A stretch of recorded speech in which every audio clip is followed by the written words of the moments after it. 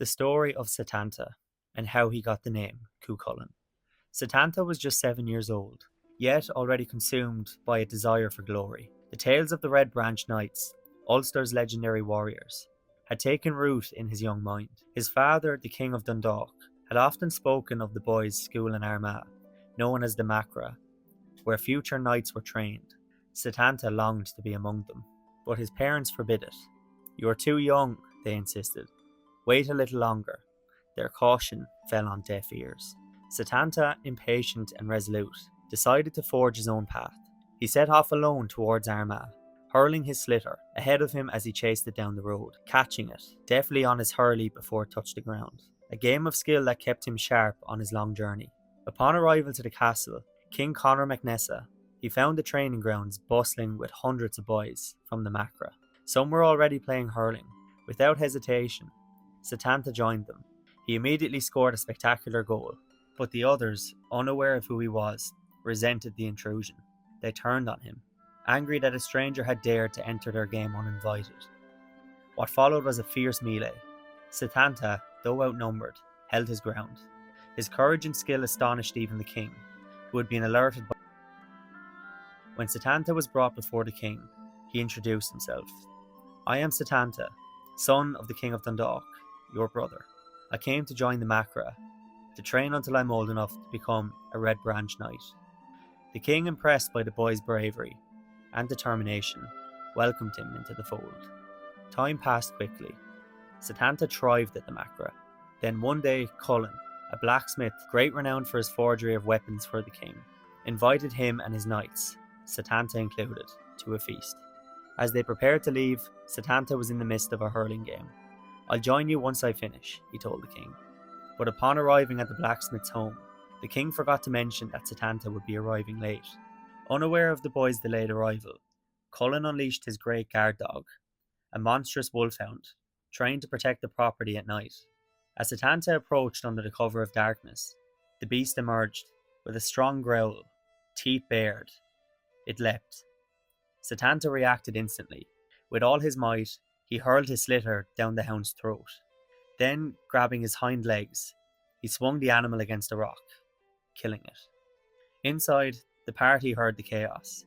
"My nephew, Setanta," the king cried, suddenly remembering. Fearing the worst, the Red Branch Knights rushed out, expecting to find the boy slain by the beast. Instead, they found him alive, panting, standing over the lifeless hound. The king was awestruck by his nephew, but Chulainn was heartbroken. The hound had been a loyal companion, irreplaceable. Setanta, recognizing the gravity of what he'd done, offered reparation. "Let me take the hound's place. I will guard your house until you've trained the new replacement." Chulainn agreed, and from that day forward, Setanta became known as Cú Chulainn, the Hound of Chulainn, a boy no longer, a warrior in the making. Long ago, in the age of myth and legend, there lived a noble king named Lir, father to 4 children, his daughter Fionnuala, and his sons Iad, Fiachra and Con. Their mother, the queen, had died young, and her absence left a profound emptiness. The children grieved deeply, not only for her presence, but for her warmth that she brought to their lives. Her stories, her laughter, her lullabies. These were now only memories. Seeing the sorrow that shadowed his household, Lir remarried. His new bride, Aoife, was beautiful and poised, but beneath the surface lay a cold and possessive heart. While she presented herself as a healer of wounds, she harboured jealousy for the deep love the king had for his children. Unable to share her husband's affection, Aoife devised a dark plan. With the help of a druid, she crafted a powerful and cruel spell, one that would erase the children from Lir's life, not by death, but by transformation. One day, she lured them to the shores of a tranquil lake within the castle grounds, a place where they often played. As they waded in the water, she revealed her wand and cast the spell. In a burst of light, the 4 children vanished, and in their place glided 4 magnificent white swans.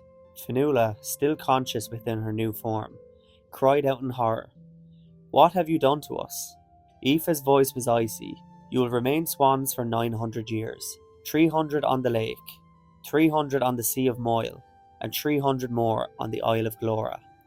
Only the sound of a church bell may break the spell. That evening, Lir searched for his missing children.